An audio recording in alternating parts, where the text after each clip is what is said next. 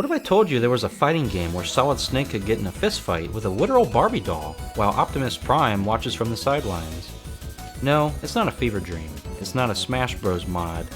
This is DreamMix TV World Fighters, the weirdest crossover you've probably never played. Released in 2003 for the PS2 and GameCube, this was a joint venture between Konami, Hudson Soft, and Takara. It's essentially a corporate war turned into a reality TV show. The premise? A TV station is losing ratings, so they force the biggest stars from 3 different universes to beat the hearts out of each other to save the network. At first glance, you might think this is just another Smash clone, and while the 2D arena layout looks familiar, the actual feel is different entirely. The controls on here are very distinct from Smash, featuring a dedicated grab button and different weight to each character's movement.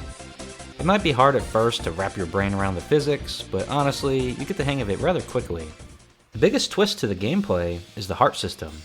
You don't win by knocking people off the stage. Instead, you hit enemies to make them spill their life tokens. You have to physically run over and scoop up those hearts to stay in the game. If you hit 0, your soul literally leaves your body, and you have to chase it down before an opponent grabs it and ends your run. It turns every match into a frantic, greedy scramble. This game actually features a lot of content, and it keeps it focused. You have World Fighters mode. This is your classic arcade run, similar to Classic mode in Smash. You fight through 6 stages to boost the show's ratings. Character Soul Survival. The bread and the butter, 4-player local chaos. Think of it like stock matches from any Smash Bros. Game. Caravan mode. This is where the minigames live. If you ever wanted to play bomb clearing with Metal Gear characters, this is your chance.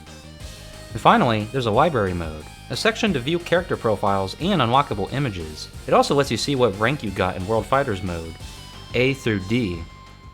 The music and the vibes in general in this game are fantastic. If there's one thing this game absolutely nails, it's the energy. The music is very catchy and honestly better than it has any right to be. It's packed with high energy remixes and legendary themes. Specifically, the Optimus Prime stage is a massive highlight. Between the Intrusion Destron secret base track and the classic transformation sound effects hitting the background, it's pure hype. It makes the fight feel like a Saturday morning cartoon on steroids.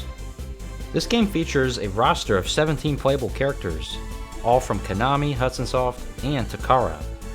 You got Solid Snake, Simon Belmont, Bomberman, Master Higgins, Optimus Prime, Megatron, and even Lika-chan, Japan's equivalent to Barbie, and many more. The only thing I can really complain about on here is the AI. They're pretty dumb and easy to beat, in the story mode specifically, which is not even a problem, because it helps you get a higher rating for your audience to get a higher rank at the end of each run, which is my next point of discussion. To get 100% ranking in any level can kind of be a pain in the butt, to be honest. Usually if you get 80% each stage or even 90, you'll get like an A at the end. The game is pretty lenient about that. But sometimes, if you even keep performing combos and grabs, it feels like the ratings just don't stay. Say you reach 80% audience rating in a stage, and then by the time you finish a stage you drop down to like 40, it'll still give you the 80% because you reached it at some point, which is nice.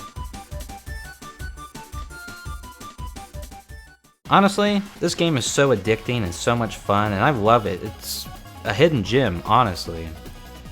It's a relic of the time when companies were willing to get weird.